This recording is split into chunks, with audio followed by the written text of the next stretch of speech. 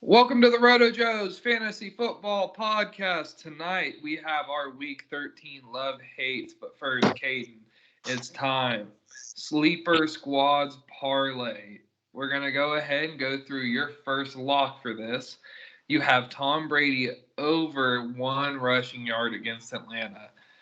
I know that you've been excited to talk about this, and you texted me about it probably, but why is this a lock for you? Tom Brady gonna get one. I'm just saying. You go through his year to date. There's only been like 2 games that he hasn't gotten at least one. Most of the time, he doubles that bet at 2 or more. And honestly, he breaks off and runs probably at least once or twice a game. He may not get very far, but I mean, you're talking 1 fucking yard. He could fall forward on 1 yard. And you add in the fact that Atlanta is imploding as we speak.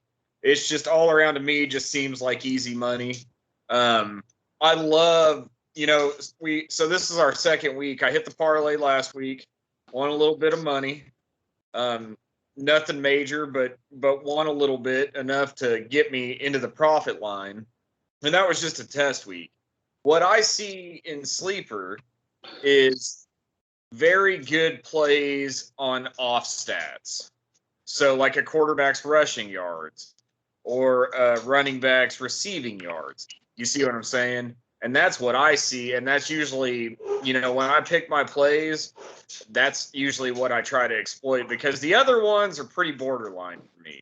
Really could go either way, kind of like a 50-50 thing. But like last week, part of my parlay was Daniel Jones rushing for like 15 yards. And I was like, oh shit. Yeah, that's an easy smash play. So just there is some area to exploit in there until they figure it out. So go out, make your money. This week I upped the bets a little bit. I'm rolling in hot and I'm ready to see what happens.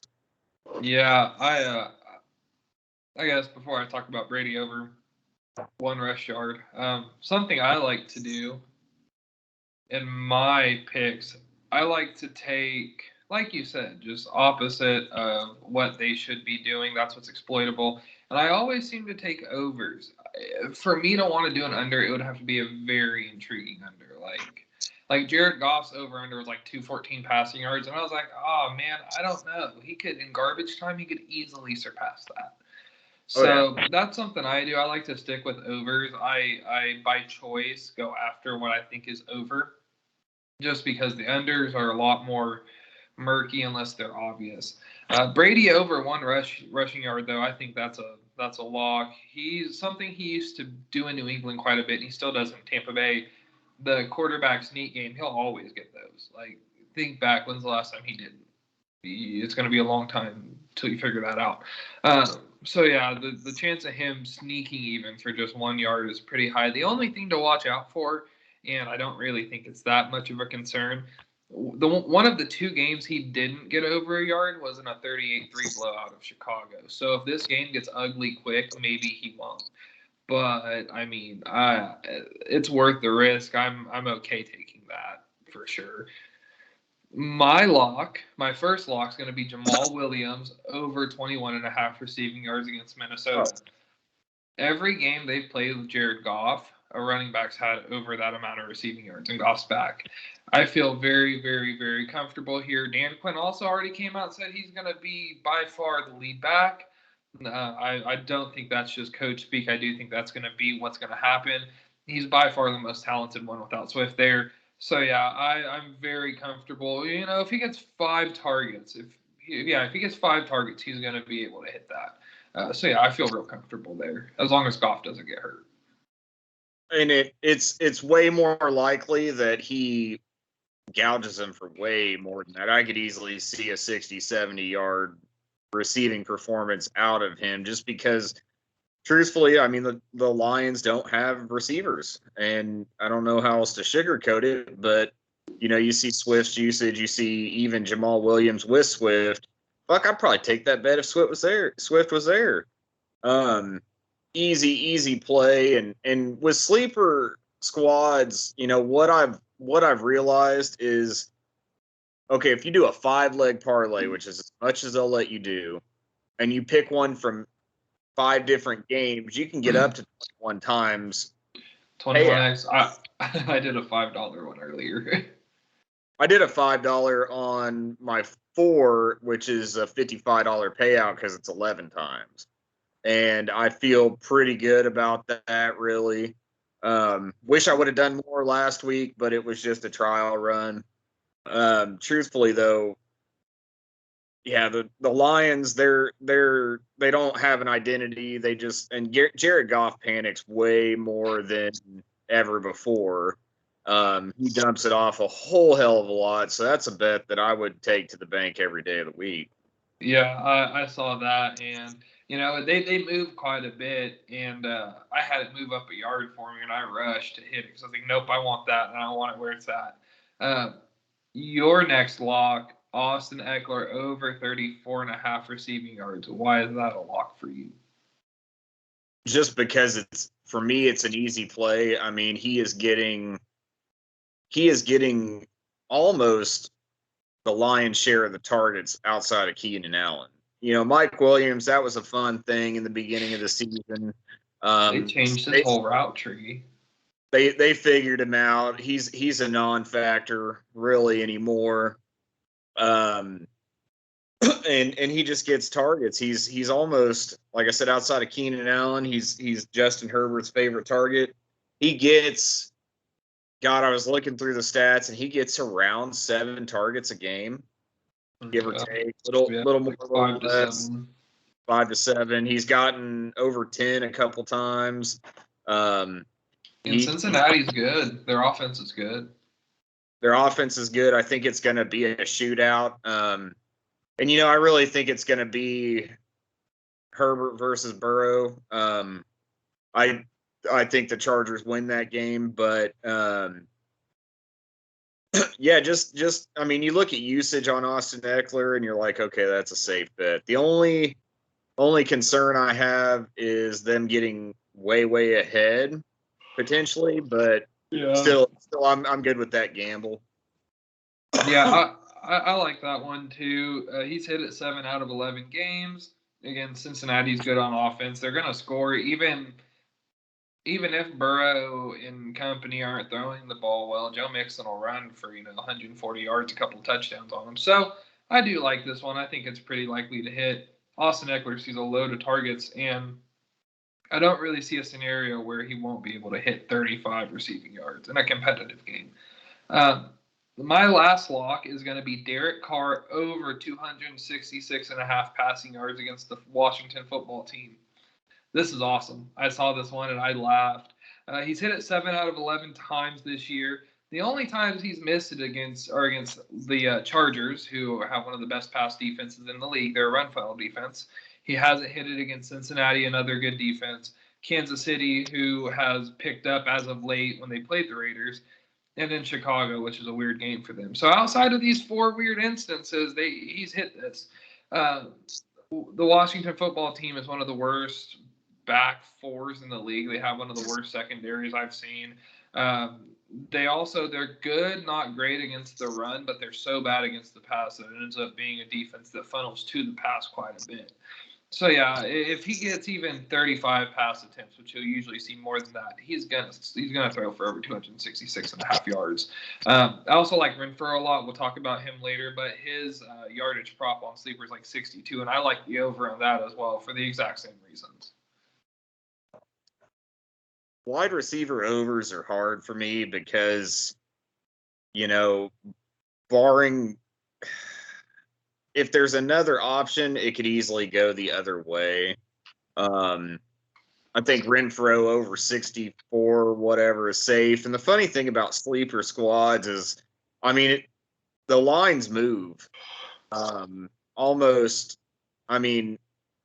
placed a bet on Jamal Williams over 20. Well, I think I did 21, and you'd done it like 5 minutes before me, and you got 20. So, that's how quick the lines move. So it's something to pay attention to. Is really the earlier you get those bets in, the better. I know there are injury concerns that could really flip it one way or another, but you can always go in and edit them. So just something to pay attention to. I think, getting a bet in early. Like, I kind of thought about this the other day. A lot of times they won't list certain players if there's like injury concerns or something. But if you happen to catch one, like, if at the beginning of the week you could have caught a line on Kyler Murray and put the under, he's not going to play.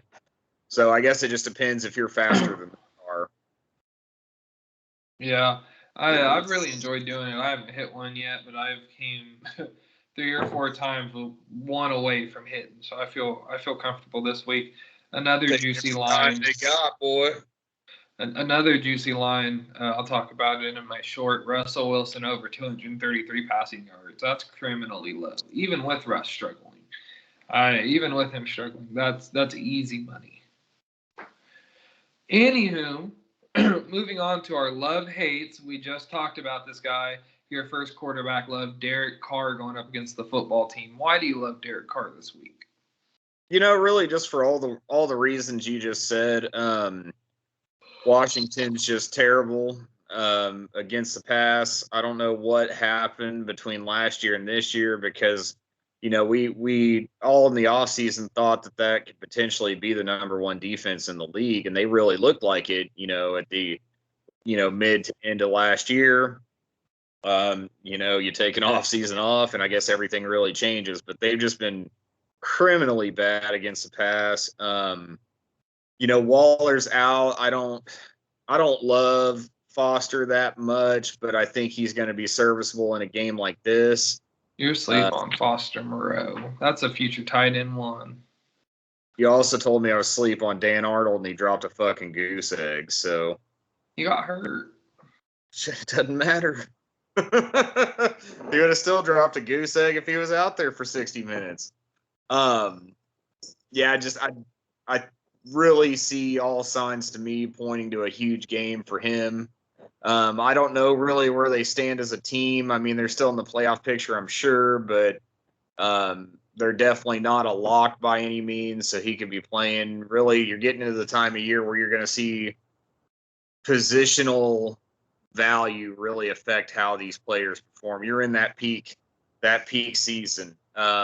Some players are going to go out there and lay it all on the line these next few weeks just to try to get their team in the playoffs. So you'll see some differences out of some guys. Now, some teams are all but locked into the playoffs, but some aren't. So it's just kind of this is the time of year where fantasy football really gets interesting because you'll see people way outperform what you thought they could do, and just really surprise some people. So yeah, Derek Carr blowing it up this week. Just book it. If you need a streamer quarterback, I hope you're not in a position where Derek Carr's your quarterback one, but if you got a guy on bye like an Aaron Rodgers or something and you need a guy to fill in, that's exactly who I'd be. Yeah, he'll be a quarterback one. He's the NFL leader in passing yards, and when you take that and you put it against the team that's third worst in points allowed over average against the pass, that's a good formula for success. I've already kind of talked about Carr. I think he's a locked-in quarterback one, probably like 5 to 10. If they let him let it rip like 45 times, he'll probably score 30 points. They're that bad on defense. My quarterback love on the week is going to be Kirk Cousins going up against Detroit. Detroit's fifth in passing quarterback points allowed over average, so they're pretty bad. Kirk's averaging 20 points per game. It's tied for best in his career. I sent you a meme about it earlier, but I couldn't believe it. He has a 23-2 touchdown to interception ratio. That's wild. Kirk fucking Cousins. And the thing about Kirk is that he's really good at running the Vikings offense. He would be, if the Browns could trade for him, the Browns would be what the Vikings are, but better. I mean, it would be like a more thought-out version. He can be really good managing the game and running these timing, bootleg, play-action-based offenses.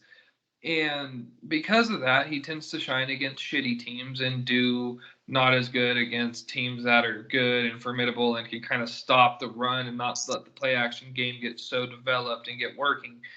So I absolutely love him against Detroit because they're a shitty team, and I fully believe that he's going to tear them up. Probably won't throw for a ton of yards, but he's good for 2 or 3 touchdowns a game. He might even run one in every now and then. And with no Dalvin Cook, you got to think they're going to let him throw a little bit more. Yeah, it really just comes down to the fact that Detroit's so bad that almost any quarterback playing them you'd want. Yeah, Kirk Cousins, for whatever reason, and this isn't a new thing by any means. He's just one of those guys that gets criminally underrated. I feel like it's like a cycle with him. Like it'll be like, oh, he's underrated. He's rated just right. Kirk Cousins overrated because he'll have like his whole shitty year like last year, and then it just starts over because he'll play good. So yeah, I know what you mean with Kirk being Kirk's underrated now, but in 2 years he'll be overrated. Yeah, I mean, he's not a flashy name by any means. If you went out and got him as your second quarterback, I think you're sitting pretty good.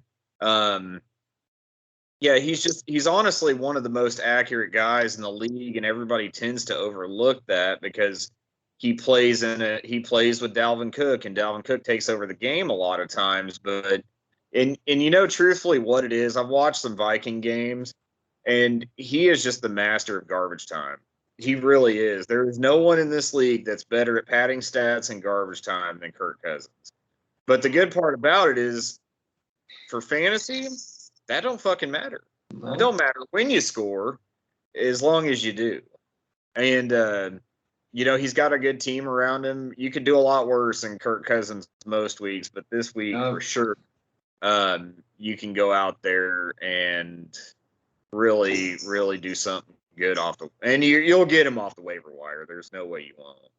Yeah, no, Kirk is a definite play. He's a good DFS. We could stack him and Thielen or Jefferson, whoever, and feel pretty comfortable, or Madison, but I'd probably stick him with a wide receiver. Anyways, moving on to your quarterback hate on the week, Trevor Lawrence going up against the Rams. I think I know why you hate Trevor, but why would you not want to play Trevor against Von Miller and Aaron Donald and Jalen Ramsey? Well, that's part of it. I mean, they're just absolutely stacked on defense. I really think this is his Zach Wilson game where it's like, welcome to the NFL. He'll probably throw 2, 3, maybe even 4 picks. They're struggling on offense in Jacksonville. Play calling's bad. Receivers are dropping like flies. Enough to resurrect a guy like Laquan. Oh my God. Wide receiver 3, Laquan Treadwell? They dug that guy. They called that guy in off the goddamn streets, and he's probably their second best option. And that's how bad things have gotten for him. They grabbed Jamal Agnew from the other side of the ball, and he was like a fucking wide receiver 2 or 3 every week. I started him for like 4 weeks, and it worked out well.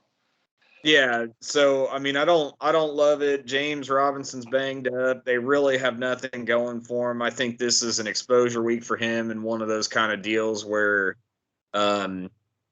like your welcome to the NFL moment. I don't think he's really gotten one of those, kind of like Zach Wilson does every other week. So I just don't. Yeah, if you're plugging and playing, that ain't the guy. I don't know how else to say it. Yeah, that's kind of where I was coming at. I mean, with Trevor Lawrence and then my hate Carson Wentz, they're both guys who I wouldn't want to plug and play. We're at the point now that if you're worried about who you're starting at quarterback, you're probably trying to make the playoffs or trying to get a better seed. And so you don't want to fuck around with someone who just has like no potential to score. Like honestly, if I'm in a playoff hunt right now, a real tough one. And if I were picking a quarterback, and it was a super flex league, I'd rather start a positional guy than Trevor Lawrence even this week. I mean, it's just that I feel that bad about it. The only Jaguars offensive piece I'd feel good starting would be James Robinson. And then if you're in a really, really, really deep league, Laquan Treadwell. But that's it. That's all I do. Because, yeah, Lawrence is going to get his ass kicked. For sure. Yeah. I mean, no question. And I think Trevor Lawrence is uber talented. He's the second best quarterback in the class after Mac Jones. But Urban's actively ruining him right now, and it kind of sucks to watch. So yeah, but it's not like It's not like we didn't know it was going to happen. Yeah, we all knew. Everyone but Shad Khan. My hate Really? already mentioned. He should have fucking as soon as he figured out Jacksonville was number 1 overall, he should have just fucking stayed at Clemson, played another goddamn year, lit it up, and seen what happened this year. I think I'd almost rather go to like Detroit than Jacksonville most of the time because, they don't. I mean, God, Jacksonville's such a trash organization. They're never going to be good. It's the ownership. Ownership is the most underappreciated asset in the NFL. For sure, it's ownership. Shad Khan or Shad Khan, whatever the fuck his name is the biggest piece of shit owner in the National Football League, and it's not even close. Like, I don't know how else to say it. Like, he is just the worst owner in professional football. I'm with you. And I hate to see, because Trevor Lawrence, if you would have took Trevor Lawrence and put him on the Jets, he would have been great. I mean, Jets are a pretty shitty organization, too. Fuck, you could put him on 31 other teams, and he'd be doing a lot better than he is now. Yeah. But they went for the flashy hire in Urban Meyer. Meyer. Great guys. Like, I bet you if they would have got on Brian DeBall fast enough. I was just about to say DeBall. Could you imagine Trevor Lawrence with the ball? It'd be insane. I mean, let's just be honest for a second. Like, while Josh Allen is a talented athlete, he wasn't very good at playing quarterback until about a year ago. And Trevor Lawrence is like the thought-out version of Josh Allen. Fast, big, cannon of an arm, but he's accurate. Yeah, he's a much better pure quarterback than Josh Allen is. But Brian DeBall is a fucking mastermind. He figured out how to take this dude out of Wyoming and craft him into an MVP. So I would love to see what he could do with someone like Trevor Lawrence, who, like I said, is more physically talented, better quarterback player. Because, I mean, you remember Josh Allen's first 2 years in the league, we were all like, what the fuck is going on there? Hey, I had him for 2 years. He was like a low-key quarterback one from rushing upside. But I remember when I won the championship in our home league, I drafted a certain Josh Allen in like the 7th round, and a certain someone else on this podcast looked at me, Allen? Really? And then he was a quarterback one all year. Well, and that was his breakout year, and that's fun. But yeah, back to the point, Trevor Lawrence is doomed currently. I really hope they make for his sake, I hope they make a serious coaching change this offseason.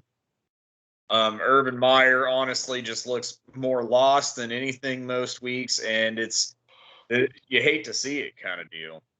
Yeah, it's rough. I already mentioned my hate, Carson Wentz.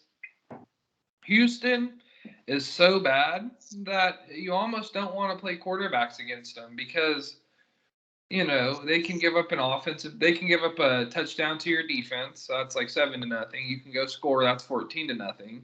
Once you're up 2 touchdowns, if you can run it down their throat, which you can, that's all you're going to do. You're just going to keep ballooning up, and the quarterback's not going to throw much.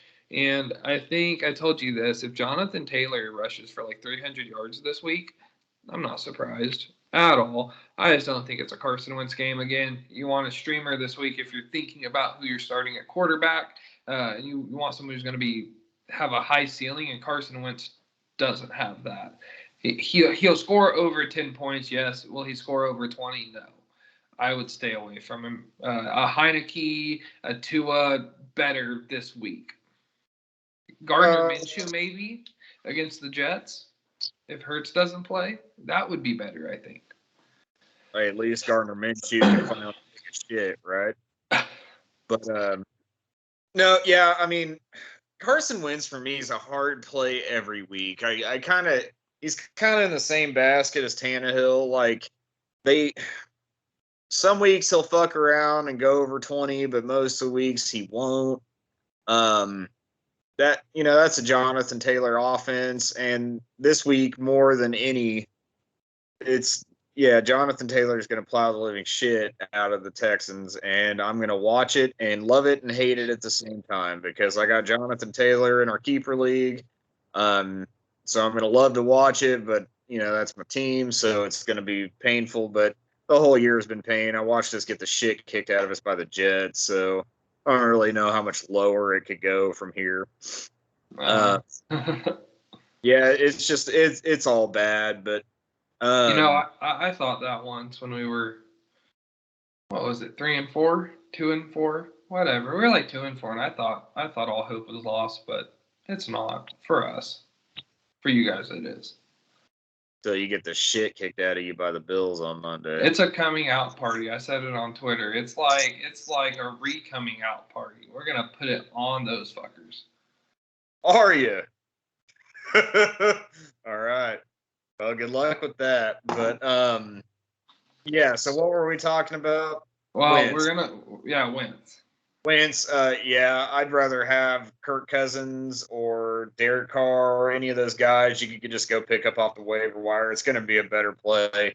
Jonathan Taylor's going over 30 points, probably by halftime, and yeah, he's going to get phased out very, very quickly.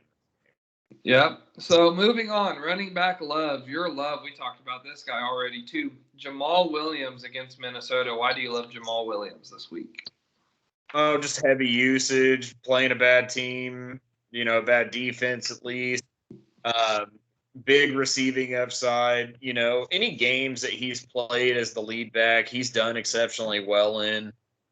Which kind of surprised me why he went to Detroit, but sure it was a money thing, whatever.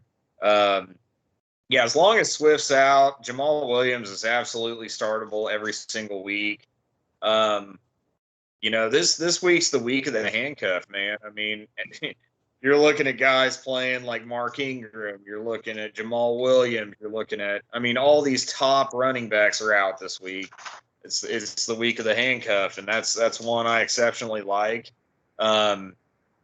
Madison, yes, as well, but yeah, Jamal Williams, I just like his receiving upside, and the fact that he pretty much should be the focal point of the offense. So, yeah, running back scoring is honestly dictated upon one thing and one thing only usually, and it's volume. That's king for running back production, and Jamal Williams is going to get some fucking volume. I have him as an RB2, high floor, low ceiling guy. He's not, maybe he falls in the end zone, probably not with how bad this offense is. So yeah, he's a really safe play. And if you got him off the waiver wire, I'd be really happy with that, especially in a PPR league. Moving on. Thank you. Moving on. This is talking about handcuff season. This is the elite number one, no doubt about it. No questions asked, most talented handcuff this season. It's finally time for Javonte Williams to break out against Kansas City on Sunday night in front of the whole country. I was on the Najee train for a little bit, and after seeing some of his scrimmage yards over expected stats and how his broken tackle and evaded tackle and all these stats break down per carry wise and how bad it was and how old he is and his mileage, I hopped off that train and very quickly jumped right onto the Javonte Williams as the RB1 of the class train. This guy has pass catching upside. He's RB28 with only 3 touchdowns. So he doesn't score touchdowns. He accumulates yards. Teddy Bridgewater's playing quarterback, so he'll get those checkdowns. Mike Boone is playing, but I'm expecting at the most, this is the most Mike Boone would play, a 65-35 split for Javonte. But if I saw 75-25, I wouldn't be surprised. It's bound to happen. Javonte shows the traits of other great running backs. He doesn't have great top end speed, which hurts him, but broken tackles, evading tackles, pass catching upside. He's going to be nasty on the goal line. I love it. And this is his time. We're never going to hear Melvin Gordon again. He's going to be sent to the graveyard because Javonte is going to break out this week. Well, let me correct you real quick. The RB1 of the class went on IR early in the year, and ETN will be back next year to say something about it. But I mean, I love Javonte this week. I don't think Melvin Gordon's going to go off and get cut after this or anything, but he's not. But it's already a 50-50 split. All they need to do is 65-35 or a 70-30 for Javonte, and he's a high-end RB2 at the least. yeah, and the but goal line work. Give him the goal line work too. It's the Broncos, so them re-signing Gordon in the offseason wouldn't shock me. It wouldn't. No matter how good Javonte is, they'll do some dumb shit like that. And yeah, but this week, absolutely. Fucking cat. This week is Javonte's week. There's really no reason he shouldn't break out. I don't think you need to go drop Melvin Gordon or anything, but it's definitely a good play for this week. Yeah, I've been waiting. I'm really high on Javonte. I'm excited for Sunday night. You better hope you got a fuckload of Javonte Williams, so you better hope the shit works out. I traded Najee for a haul to a Steelers fan because of how good I felt about Javonte. Moving on, your running back hate on the week, Devonta Freeman versus Pittsburgh. Why do you hate Freeman this week? Freeman really, to me, is nothing more than a streamer. I know he's had a string of mediocre games that are okay at best. If you're streaming this week, like a lot of people are, you can do a lot better than Devonta Freeman. He's just, I haven't looked at the TD dependency stats, but he's the second rushing option. I never like a Baltimore running back. Unless it's Gus Edwards. Unless it's Lamar Jackson. Because he is he's the focal point of the offense. Rushing from a running back's kind of like a second or third or even fourth option sometimes. Like I said, we're in crunch time right now. We are. Yep. If you haven't locked a playoff spot, you're playing for your life at this point, regardless of how close you are. If you don't have that little star on sleeper next to your name, you gotta really put your best foot forward. And I don't think Devonta Freeman is that. I'm with you. He has had a string of mediocre games, but you'd probably be playing him in your flex. And if you're going to flex him, go see if like Van Jefferson Jr. is available or Deshaun Jackson. I don't know if he's on IR or not, but Deshaun Jackson has big play potential. Just someone that might go score a deep touchdown. I'd rather go Boomer 75 and a touchdown. That's all we need. Yeah, the Marquise Goodwin style line. Moving on, my running back hate. I hate all the Seattle running backs against San Francisco. I don't really give a shit who's active. Collins, Penny, Homer are all questionable.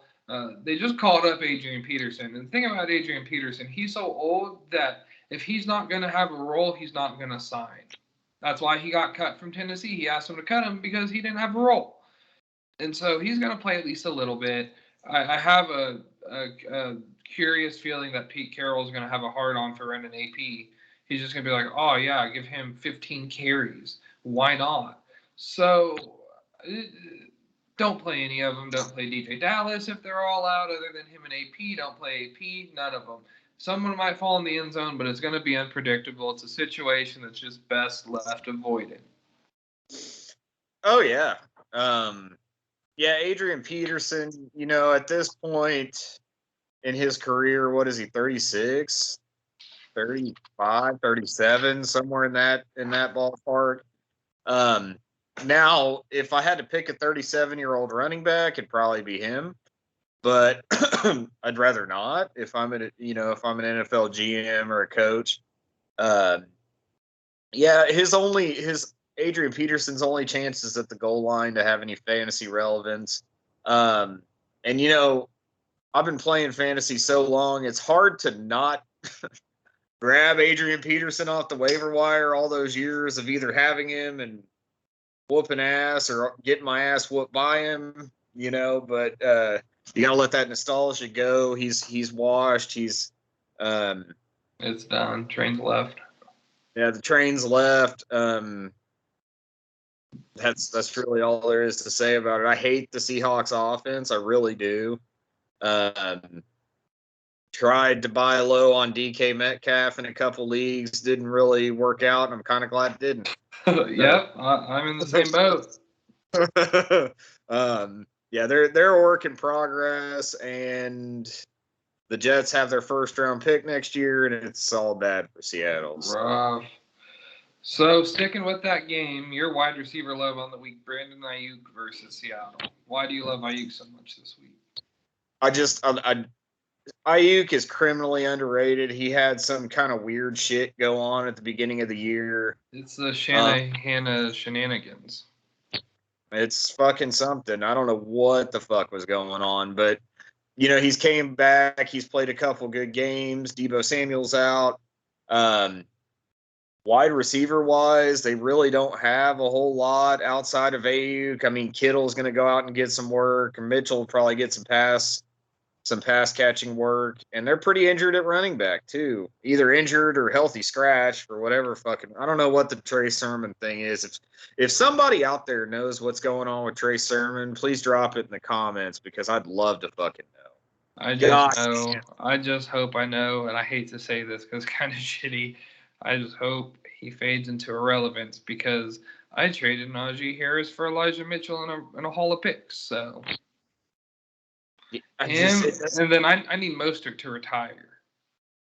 Well, Mostert, he retires himself every year to the IR. So, that's not. If I was holding an Elijah Mitchell share, that wouldn't be a worry of mine. It'd be more the Trey Sermon thing. But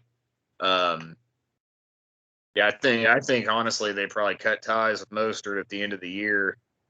Or Sermon. I don't know. Someone tell me what's going on. Someone tell me what's happening. I mean, the guy is very talented. He's a very physical runner.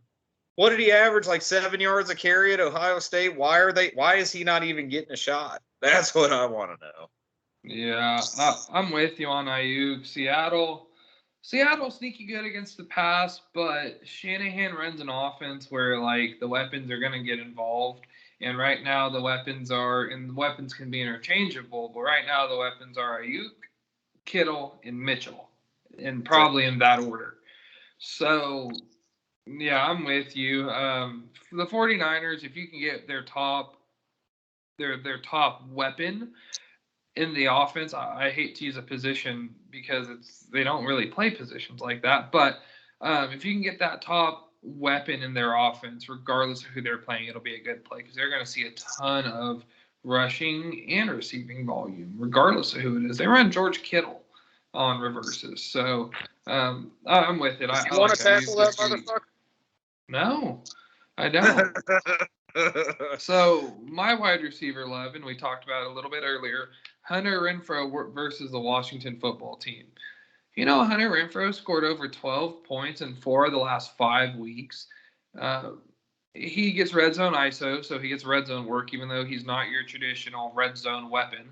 Wide receiver 1 in Las Vegas, and that was even, before the Ruggs thing happened. But now after, it's like pretty clear-cut established. He's the dude. He's one of those guys that sees 5, 6, 7, 8, 9, 10, 11, 12 targets a game. Pretty easy, and I just really don't think Washington has any corner that's going to keep up with him. I don't think he's going to go out and score 3 touchdowns, but 6, 7, 8, 9 catches for 60, 70, 80 yards and a touchdown, that sounds about right. That's low and wide receiver 2 numbers most weeks. So you take that, and I picked up Hunter Renfro off our waiver wire in our keeper league, and I'm actually starting him this week because it's such a good matchup. Washington's terrible against the pass. So yeah, I love Renfro, and if you can get him as a streamer, I would do it. To me, Hunter Renfro is kind of like off-brand Cooper Kupp. The best way I can explain it is he's got a lot of the same skill set. He's just not as established, and that'll come in time because he's got that Wes Welker-ish type vibe to him. He's just a squirrely little fucker that always seems to get open somehow.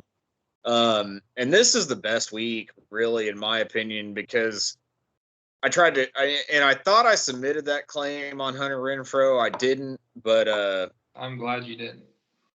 Well, I got Jamal Williams, so that's okay. Him over Jamal Williams. You got a defense. I got Jamal Williams. It's all good. I could have had Madison. Or not Madison. I can't remember who I could have had, but I was pissed about it. Well, you could have had Madison because the guy before me got Madison. That's what it was. It was Madison. Yeah. I fucking got a defense, so I wasn't paying attention. But yeah, Renfro, I feel like Renfro is a must play.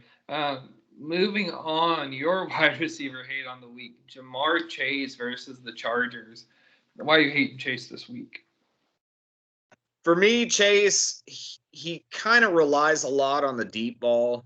And I don't think that's going to happen as much this week. Not that him and Burrow aren't capable. It's just that Chargers secondary is so good. Derwin James, he missed a couple years, but that dude's deadly in the secondary. I would not want to try to catch a pass around that guy. So no. And it's not just him. Their entire secondary is absolutely stacked. And just his pure reliance on the deep ball, I just don't think. I think it's more of a T. Higgins week if I'm just a guy that's guessing, because T. Higgins, he's a little more physical. He'll go across the middle. If they're going to have passing success, it's going to be more with him. I think Tyler Boyd gets a play this week, maybe a play or two. I just don't. I don't love the matchup, and I don't love where they're going with it. I think, if they're going to win, I think it'll be a Joe Mixon and a T. Higgins week. And it's weird to be talking about the Bengals like this, right? Like, they've been bad for a long time, so it's good for football, but it's weird to talk about. I can't believe Zach Taylor's like at least a league average coach, at least. Because he looked like a fucking idiot there for about 2 years. But I'm with it. The Chargers run that like super, super heavy zone approach. So Jamar Chase, I almost guarantee he's not getting deep. And you're right. It'll be a Higgins week. Probably a lot of check downs, a lot of running the ball. They'll probably try to power their way through. But yeah, I'd avoid Chase. He's gotten on a skid recently. It's not that defenses have forever figured him out, but for the time being, he needs to learn how to like evolve his game to that next level. And that's how you become those great players, is like every time a defense figures out a way to stop you, you evolve and evolve and evolve and evolve and evolve and evolve, and then you have all these pieces to your game, and then you're like a Brady or Jerry Rice. He's big, he's athletic, he's talented, but just right as of now in his rookie year, just relies a little too much on going deep, and that ain't the team you want to go deep on. No. My hate is Elijah Moore going up against Philadelphia. So I looked and saw Zach Wilson was playing, and I swear to God, today, right now, Zach Wilson is the fourth best quarterback on that roster. I can't tell you how to rank the first three. I don't know. But I do know Zach Wilson is the least talented. He had one good year in college against fucking terrible competition. And all of a sudden, Zach Wilson, he's a top 3 pick. No, he's not. He's terrible. Elijah Moore, in games when Wilson throws over 20 passes, has had these weekly finishes in PPR leagues. 120, 55, 74, 121, 36, and then he had a wide receiver 40 finish, but Wilson only played half the game. What are his weekly finishes when Wilson isn't playing? 26, 1, 25, and 3. He goes from being a wide receiver 3 to maybe a wide receiver 4, but probably a wide receiver 5 with Wilson in the game. That doesn't even start to mention how Philly has an above-average pass defense, at least in terms of giving up fantasy points. So I'm avoiding Elijah Moore like the plague. It's kind of a weird situation where the star rookie quarterback they drafted is the one that makes you avoid literally every other potential fantasy option in the offense. So I wouldn't say he's the fourth best quarterback, but I'd at least say he's the third best quarterback. And I don't know, man. That Mike White, he had his Cinderella story. I do think he's a better quarterback right here today. Flacco, he's better just based off of experience. I mean, he's been there and done it all at this point. Kind of forgot about him. Can you believe he won a Super Bowl? He fucking did, but so did Trent Dilfer. I mean, that's what Kirk Cousins aspires. Kirk Cousins aspires to be one of those guys. Yeah, I mean, those guys didn't win a Super Bowl because of their play. They managed the Super Bowl. Yeah, they didn't lose the Super Bowl. That's what it is. But yeah, I agree with you wholeheartedly. If Zach Wilson is playing, you got to curve everybody. Yeah. And that even means like Michael Carter. If he wasn't hurt, I'd curve him too. Everyone. Every last fucking person there, except Corey Davis. For whatever reason, he loves Corey Davis. None of them give me a warm, fuzzy feeling. Definitely not every week starter type of material. They really got to, I don't know, they need to hook him up with a quarterback coach in the offseason and really cross their fingers that they didn't fuck themselves. Because, upcoming draft next year, they're going to have 2 very early picks. And Sam Howell could do better than him right now in that offense. Sam, I'd rather have Matt Corral, but I would in every other offense, but that LaFleur, Shanahan style offense, that's what dudes like Sam Howell are built for. Moving on, your tight end love of the week, Zach Ertz going up against Chicago. Why do you love Ertz this week? So Chicago statistically is pretty good against the tight end, and that was all before the Khalil Mack injury. And just honestly, I don't think Kyler's going to play this week. And if Colt McCoy's in there, he loves some fucking tight ends. He loves some Zach Ertz, and that's a safety blanket. And once you start really looking at it, those kind of older, kind of a little more old school quarterbacks, they fucking love tight ends. And that's what makes him relevant. I mean, I know they have a bye week last week. Week before that, Zach Ertz was the tight end 1 overall. I just think there's going to be a lot of targets there, and I just really don't. I mean, goddamn, I hate that the Bears are bad, but they are, and I think it's just a prime opportunity for Zach Ertz to gain a little bit of relevance. Yeah, I'm with you. He wasn't a fit with Jalen Hurts because Jalen Hurts is that new. He's that new model, and that's all that is Jalen Hurts is that new model. And he wasn't a fit, and Goddard really isn't much fucking better, but they paid the shit out of him. Yeah. So, you hook him. Now, when Kyler comes back, we're talking a different conversation about Zach Ertz. But while he's got Colt McCoy and they're doing their thing, I love him. Yeah, I love him every single week with Colt McCoy. Yeah, tight end's such a wasteland right now that, you have to. I sent you this. It was a guy I called in the preseason, and I'm going to victory lap here a little bit. Gerald Everett, since Russell Wilson's came back, is like the tight end like 6 or 7 or 5 or something. So that's how bad tight end has been. My tight end love is Freiermuth going up against Baltimore. Freiermuth is a guy who slid not way under the radar, but because of how good Kyle Pitts was, no one paid attention to the dude that they called Baby Gronk. Freiermuth, I mean, he's the real deal. Good catching ability, good route runner, big, able to win contested catches. And Baltimore's bad against the pass. And let's be honest, Big Ben can't really throw it much farther than how far Freiermuth can run to get open. He can throw it between the linebackers and the safeties, but nowhere past that. And I tweeted this out earlier because Adam Schefter had this big old thing where he's like, Oh, Big Ben told people like in privacy this offseason that this was probably his last year, and I'm like, I hope it wasn't in the bathroom. I'm like, everybody who's watched a fucking Steelers game this year knows it's his last year. You don't need to like break this news to everybody. We know it should have been his last year. So, Freiermuth, yeah, he's definitely surprising. I mean, definitely against that bad pass defense, I like him to get a touchdown, maybe two. He's always got that ability every week. And, like you said, tight end's a fucking wasteland. I mean, we're talking about a couple of guys that nobody drafted.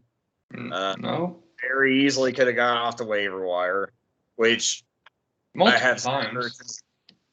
Yeah, I have Zach Ertz in a league where I picked him up off the waiver wire, and it's, going okay. Yeah, and Big Ben is just not the. I feel for the people who drafted Deontay Johnson because the talent and the potential was there. Just Big Ben can't do it. Claypool too. Claypool, I feel worse for the Claypool people than the Johnson people. I love Claypool. I mean, he's a big, physical guy, and he would do so well if he had a quarterback. Can't throw it. He won't have one for another year. Well, won't be until next offseason. It's going to be rough. Your tight end hate, Hunter Henry going up against the Bills. Why are you a hater on Hunter Henry? You don't think you're going to kick the shit out of the Bills? I really don't. No, I think, much like we talked about Mac Jones or Trevor Lawrence, I think Mac Jones gets a welcome to the NFL moment. No. The NFL is going to get a welcome to Mac Jones moment. I don't know if you know about that. I don't know if you know anything about that business. There's no Davis Mills welcome to the league moment, but league welcome to Mac Jones. What the fuck you dragging Davis Mills into this? What did he do to you?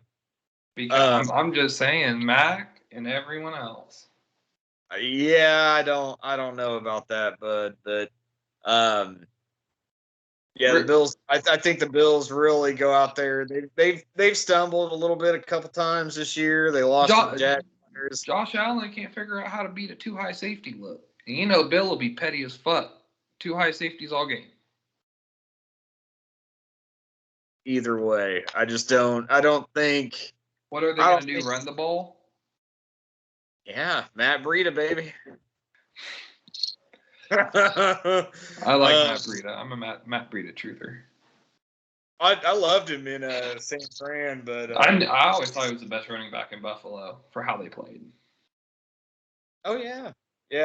But no, I think it's a welcome to the NFL moment. I don't think he's gonna have too much success against the Bills. I think the Bills, not by a dominant game, but I think they win it by a score or two and take back their throne in the AFC East. I'm sorry to tell you.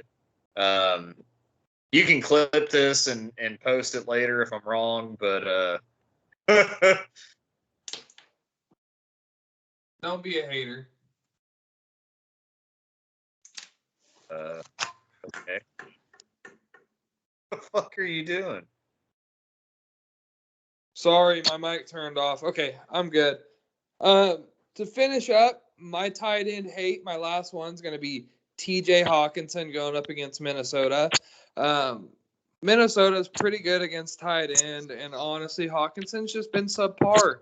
And I just don't – I have Hawkinson in the league. I don't feel good about it, so I think he's best avoided as of right now, especially going into the playoffs. I think, like, if you could pick up Freiermuth, I'd feel better about that than I would playing Hawkinson. Yeah, you love the talent on Hawkinson, but you just don't like the situation. I don't know what it is, but yeah, I don't love it either. Honestly, if you drafted Hawkinson, you probably don't have too much of a better option because you spent that, top 5 tight end pick on him. but I would definitely be looking for other options at this point because it's so spotty. It's either 20 points or fucking nothing with him, and at this point, you can't afford a nothing game out of anybody. So No, yeah, that's how I feel. Hawkinson's a guy that I love him, but I love the talent, but the chances of him really doing much are slim to none. So, but you wait until when his contract's up, when he fucking goes to LA with Stafford. That's goddamn. Yep. Well, real quick, sorry about that little audio interruption. My mic died on me, and I had to try to scramble real quick to get my phone working. But we made it through most of the episode pretty scot-free, so that's nice. Well, thanks for listening, guys. We'll be back Monday night in the middle of New England beating the dog shit out of the Bills to talk about – actually, no, we'll do Tuesday, and we're going to do a wide receiver dynasty check-in. I forgot. So we'll see you guys Tuesday night. Have a good night. Thanks for listening.